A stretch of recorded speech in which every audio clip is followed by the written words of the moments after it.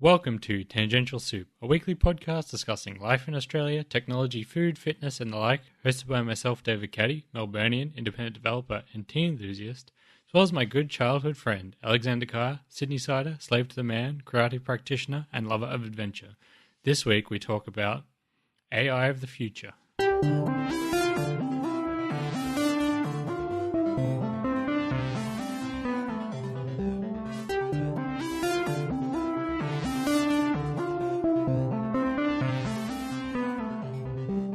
So, Alex, you've got a bit of a cold this week. I do, unfortunately, yes. And while we can edit out all my sneezes, you won't be able to edit out my snuffly voice. So No, well, that's all right. It is the season, at least in the southern hemisphere. it is indeed, yes. I reckon we've had probably about 8 months of just continuously warm weather in Sydney. I don't remember the last time it was actually cold. So, I don't like the cold weather, and I'd probably happily complain about it, but all in all, we've had a pretty good run. So I heard you had 1 or 2 days that was like the coldest in, I don't know, the last 10, 20 years or something in Sydney. Oh, really? Did we? Yeah. Not that it was amazingly cold, I guess, but quite cold for your particular part of the world. Are we talking about the coldest at this time of year or the coldest in general? Yeah. It probably is for this time of year because it's still only early May. I mean, I think it got to about 10 degrees, or maybe slightly under 10 degrees, which is about as cold as it gets in Sydney, so it doesn't hugely surprise me. It's unavoidable, though. I mean, At least you're doing better than Hobart. yes, that's true. I bet it's freezing down there. Snowing, maybe? Well, it's all the flooding. Did you see that? No, I didn't. There was cars being swept down the street and all this sort of gear.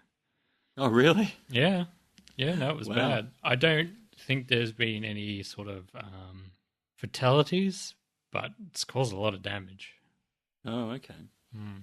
It's always nice to hear about these things happening without anybody dying, because it's easy to do. You just walk out into the street one day, think you'll go for a nice swim or something, and then get swept away and die. No, it is easy to do, unfortunately, but it seems like they're kind of okay, which is good. Yeah, But still, our thoughts go to anyone affected. yes, no. It's not fun cleaning up after such things. Yeah.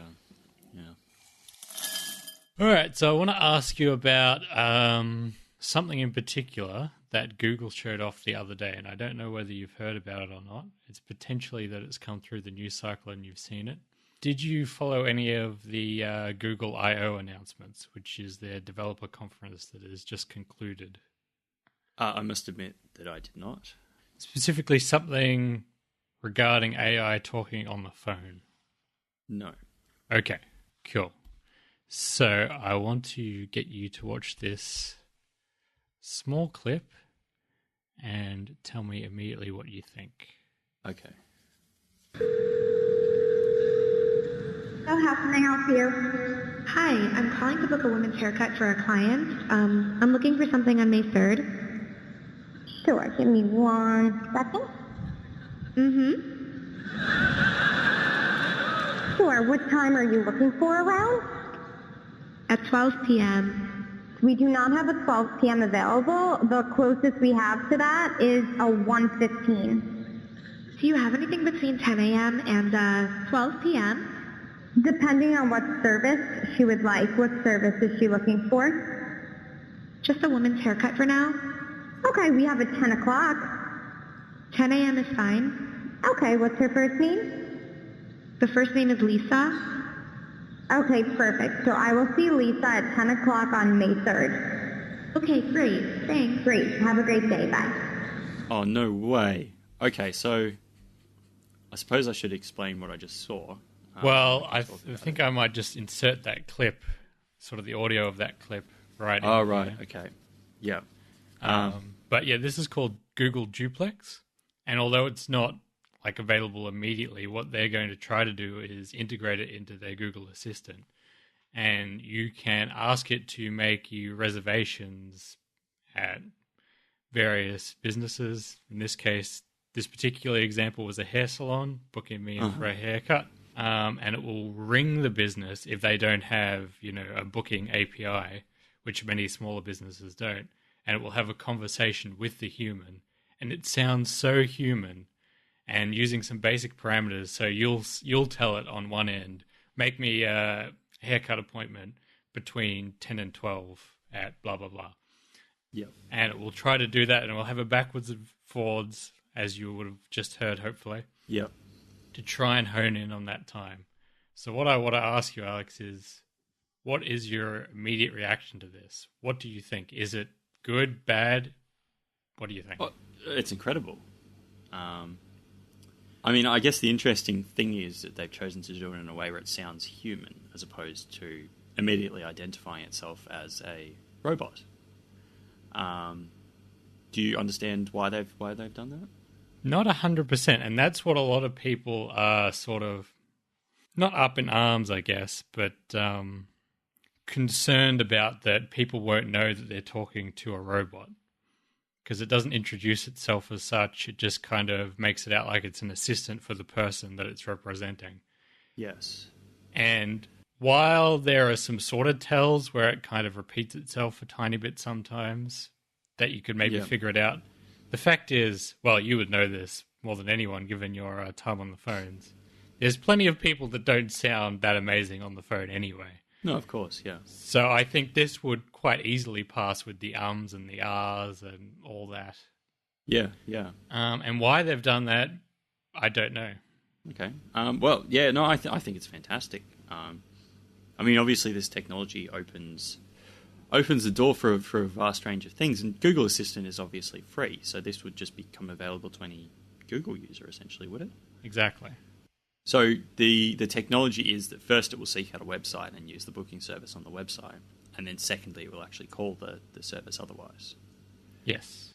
Yeah, wow, it's fantastic. I mean, obviously, if Google do release it, and they release it for free, would they then have an upgraded version for businesses or something like that? And it would take a whole group of people just out of business, because I guess a PA service would become mostly redundant in a lot of ways. One thing I think about this is, for the human side of things, maybe they think that the closest that they can be to what the people are dealing with on a day-to-day basis, the more likely they'll get the result that they want. And maybe if they announce themselves as a robot, people would be more likely to hang up or answer in a not natural way, perhaps. Yes, yeah. And you're right about personal assistants, but at the same time, if you've got a personal assistant, you're up the ranks that much, you're still probably going to ask them to do that. Because the success rate of this is probably not 100%. No, of course not, no. Whereas a human who's paid to do the job will probably get you the result. Yeah. Unless they're sick or something, I suppose, but 99.99% of the time. So I don't think it's really going to impact that business. Only that everyone will have a fairly dumb but also fairly sophisticated personal assistant in a box. Yeah, yeah. Which is certainly a win for a lot of people. Accessibility comes to mind potentially as a big thing too. For those people that struggle to dial and call people. Well, yeah, obviously. I mean, yeah. You could see a lot of very useful applications for people who, as you said, aren't able to communicate due to various reasons. I just kind of wonder with this kind of technology, like what really the useful application for it could be beyond, calling people and making appointments or something like that. Could it be used to, I don't know, I guess, teach limited application or to kind of teach very basic subjects? Because, I mean, obviously it could then... I assume these responses are all programmed in. Well, yeah. So the one you listened to then was a canned demo, so it was pre-recorded. Yeah. What I want you to do now is go to that same video and watch from 4 minutes 24 to about 5 minutes. 4 minutes 24 to 5 minutes. Okay. Yeah. And this is a live on-stage demo that they got to call a business in real time. See how may I hear you? Hi, I'd like to reserve a table for Wednesday the 7th. For 7 people? It's for 4 people. 4 people? When? Today? Next Tonight? Wednesday at 6 p.m. Oh, actually, we reserve for like after like 5 people. For people, you can come. How long is the wait usually to be seated? For when tomorrow or weekday or? For next Wednesday, the 7th. Oh no, it's not too busy. You can come for 4 people. Okay. Oh, I gotcha. Thanks. Bye bye. Oh, wow, okay. So, obviously in that demonstration, it had to deal with an accent. Mm-hmm. A very thick accent.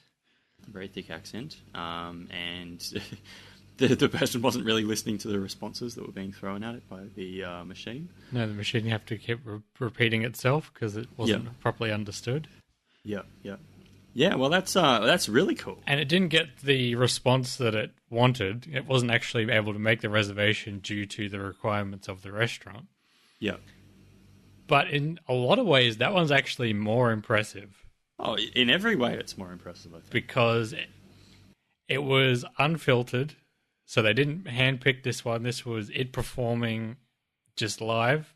Yeah. It was a thick accent, like you said, and it didn't get a response that it was predicting. Yeah. But it still understood what that meant.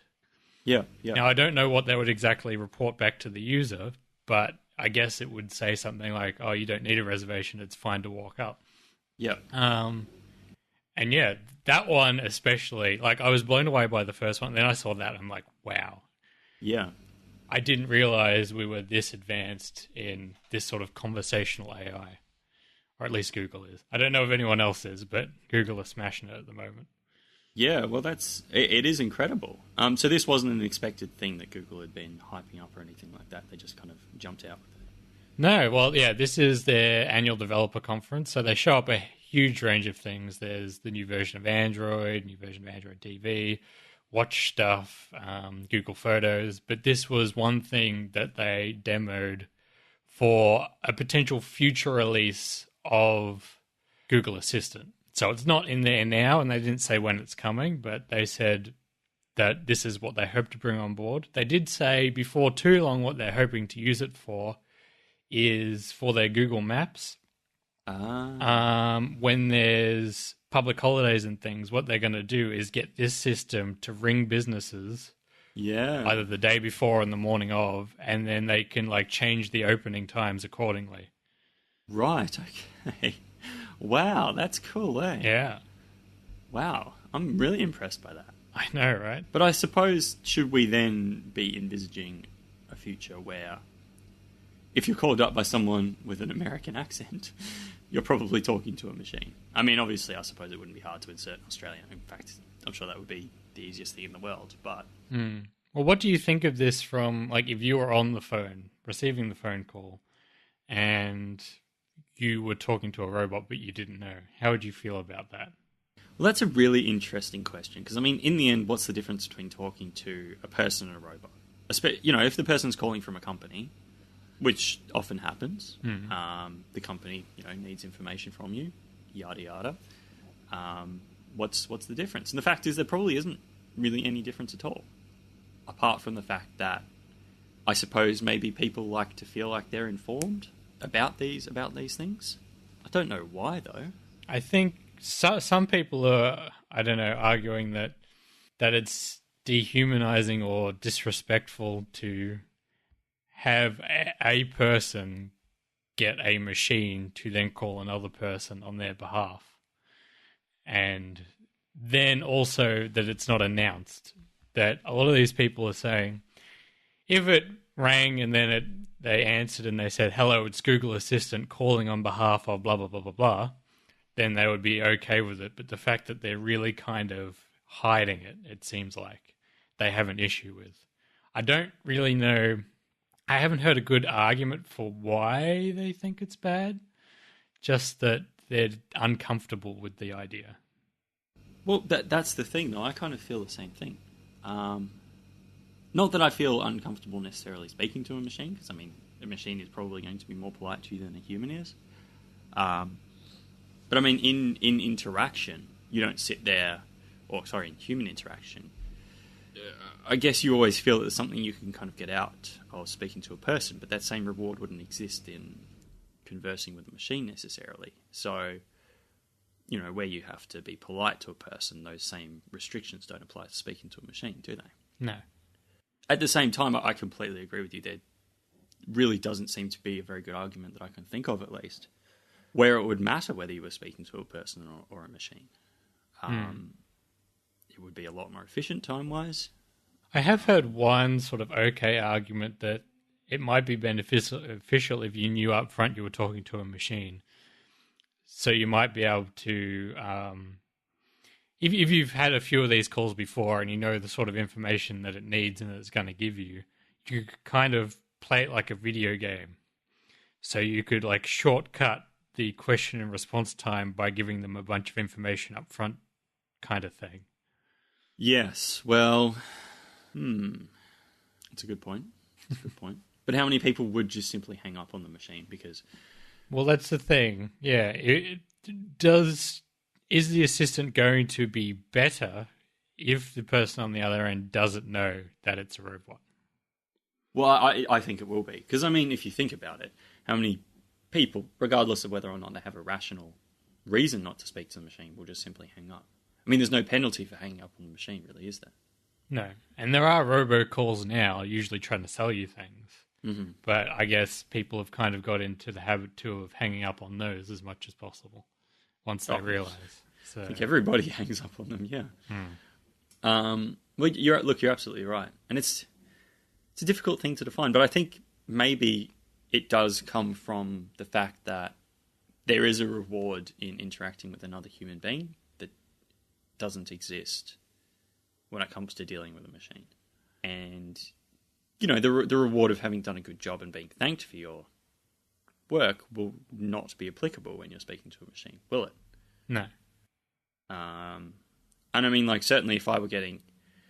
I know that this isn't the point of it, but if I were getting hundreds of calls a day, say as a call center worker, and all I was doing was speaking to machines, it would make my job a lot worse than speaking to human beings. Because, especially the more extroverted of us, that's what kind of fuels extroverted people, isn't it? Interaction with other human beings, learning their stories, blah, blah, blah. But unless you're programming your story into a machine, that kind of aspect won't exist. It would become even more tedious. Exactly. But you probably wouldn't get abused quite as much. Well, you wouldn't get abused at all, really, would you? No. So one upside, but you're right, it would be hard to justify. But, yeah, I don't know. I also wonder... that if this stuff starts coming online from the consumer standpoint, I wonder if this sort of technology will start to be used on the business side of things. Well, exactly. And you just have businesses interacting with businesses. Exactly. But then at that point, they really should just be an interface over the internet where they can communicate electronically and not over voice. Well, exactly, yeah. But I guess the thing about this is it's cheap and accessible to... everybody, essentially, through the Google Assist program. And it's largely targeting businesses that are not technologically advanced to have those sort of things set up. Exactly. Which there is always going to be a number of, and still in 2018 is quite a lot of the smaller businesses, at least. Google probably has some kind of device that sweeps the websites of machines, of businesses rather, and gets their opening and closing times as opposed to calling them, I assume. Yes, yeah. So, and they also rely on customers to update that information, or you can submit a request and then Google will kind of look at it. So this will just be another data point for that particular data. Yeah. To keep it up to date as possible. And it might become redundant. But I guess what other kind of things will it be useful for? Well, reservations of all sort. You could order food for places that don't have, your Deliveroo's and your Uber Eats. Okay, well... the list of potential application is actually huge. And even just thinking about it more broadly than the example that it's got here, when they put it into the actual Google Assistant, and they already have this to some degree, if you ask, what's the star player of a certain basketball team, and then you ask how tall is he, it'll have the context that you're talking about that one particular player. Yeah. But these examples show just the amount of context that it is able to retain and the mission that it's sort of going for. So you can kind of have a conversation now, but that was a genuine conversation. So when you have that in your Google Assistants, in the Google Homes that you're talking to, Yeah. just the more that you'll be able to get done.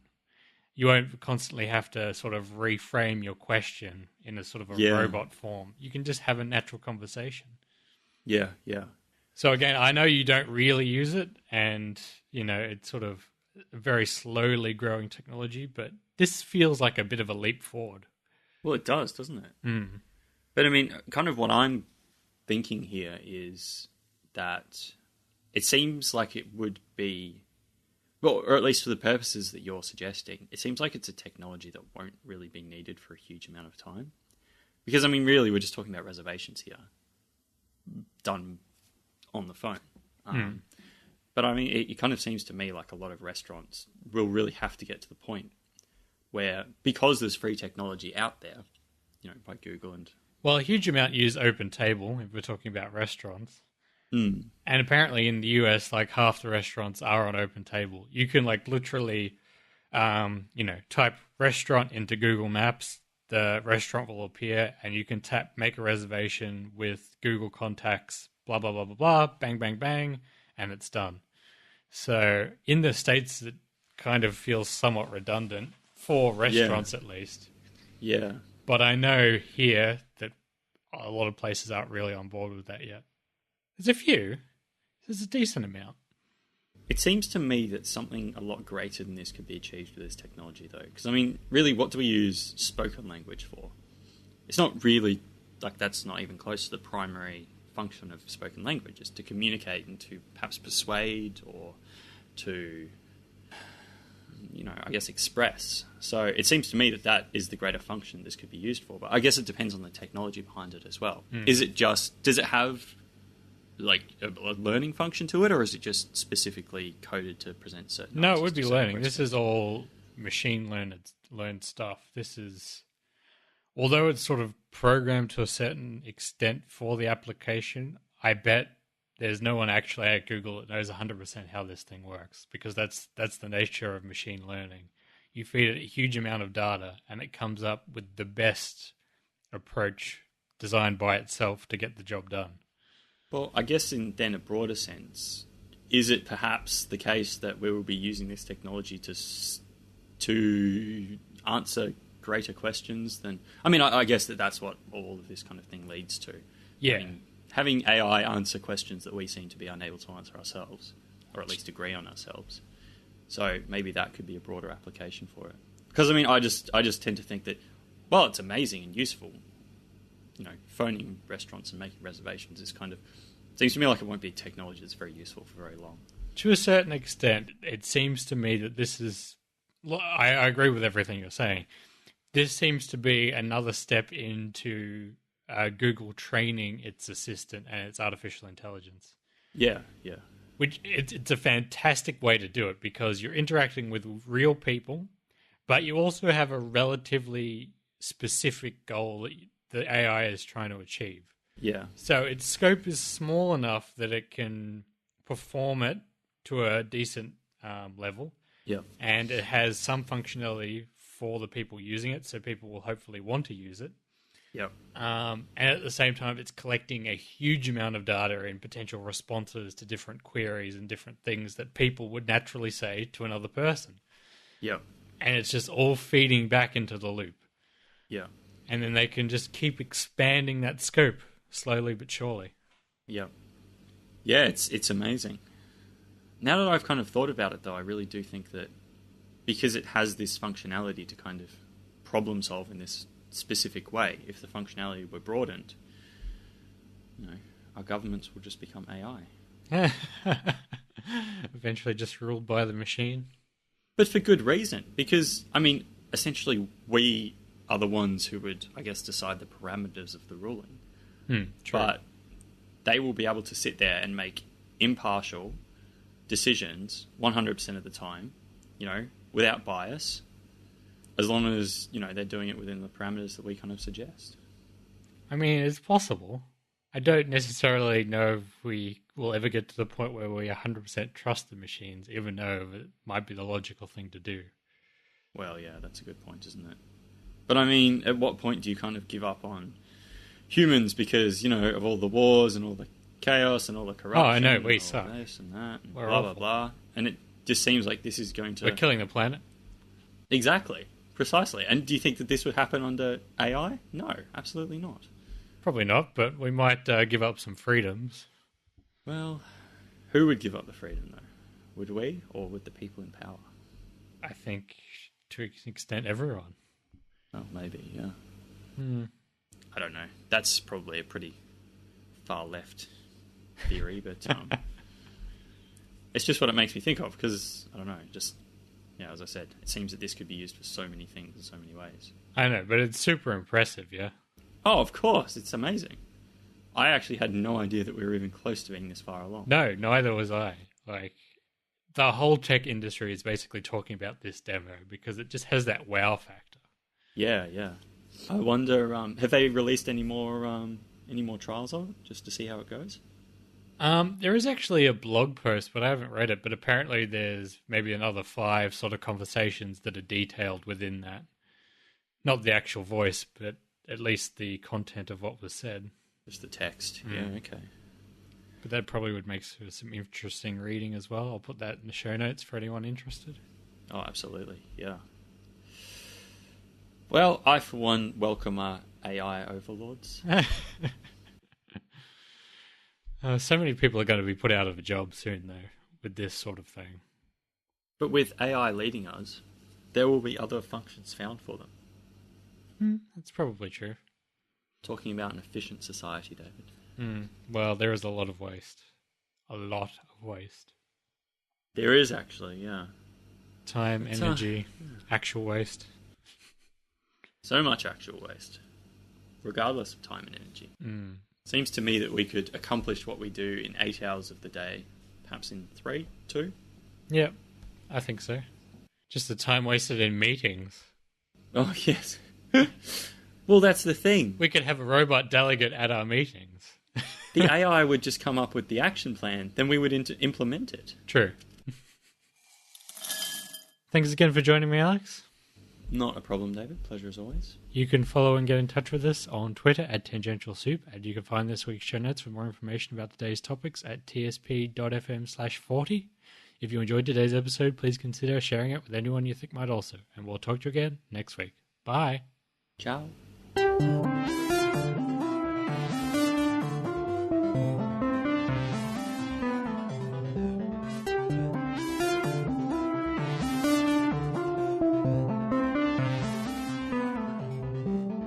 We can probably call that anyway. That's half an hour. That's about what I wanted to do on this topic. Yeah. Yeah. I'm actually blown away, though. It is really fantastic. So you say, though, that this is part of the broader Google Assist. You know, the thing that's on your phone that's always bothering you that you've turned off? Oh, yeah, no, I know what Google Assist is, yeah. But what kind of... So Google Assist is Google's answer to Siri, right? Well, yeah, Google Assistant. It's its answer, but it blows Siri out of the water, to be honest. Does it? I'd say the closest competitor would be Amazon's Alexa. Oh, really? If I had to rank them, I would go Google Assistant, Amazon Alexa, and then probably Microsoft's Cortana is basically the same as Siri, but they have some different strengths and weaknesses. But yeah, Google Assistant is dang impressive without this already. Wow, okay. Even though Siri was launched first. Yeah, it was. And that's why everyone compares it to Siri. And that's why if you say, oh, it's like Siri, people know it, because Apple did a great job of marketing it, but it's really not that great. Oh, okay. Oh, there's also Samsung's Bixby, but that's even below Siri and Cortana. Amazon's Bixby. But that was Samsung's. Samsung's Bixby. Right. You know, on the Samsung phones, they have a dedicated button just for Bixby because they're trying to push it. I don't know, to be honest with you. It only came out about 2 years ago, so to a certain extent, they have an excuse. It's very young. Whereas Siri's came out in 2011, I think. Yep. And I think Google Assistant was maybe 1 or 2 years after that. Okay.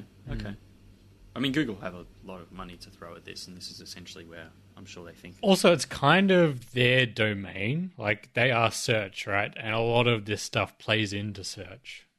Yeah. And they're already best at that, so it kind of makes sense that they've leapfrogged everyone. Yeah. Well, that's interesting. Maybe I'll start using Google Assist more and just give up all the privacy in my life. At least has the AFL scores. Siri still doesn't have that. Oh, really? It doesn't even have Grand Final Friday on the right date.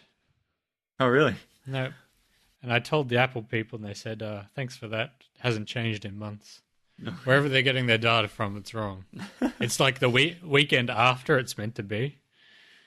So anyone planning your holidays around that using Apple's data, be wary. Oh, really? That's quite funny. Is it coming from another code? When's the NRL? Is it before or after? NRL. You don't have a public holiday for that, though, do you? No, we don't. No. So I'm talking about the public holiday before the grand final in the AFL that Victoria has for some reason. It's fantastic, but it's weird that we have Pointless. 2 holidays for sporting events. Yep. No, I hear you. So, is there one for the NRL as well, did you say? Or No, are I you don't. talking I about don't Melbourne think so. Cup? No. Yeah. There is the Melbourne Cup and AFL Friday. Yeah, which is ridiculous. I think we can both agree. Yeah, but I'm not going to complain too much. No, of course not.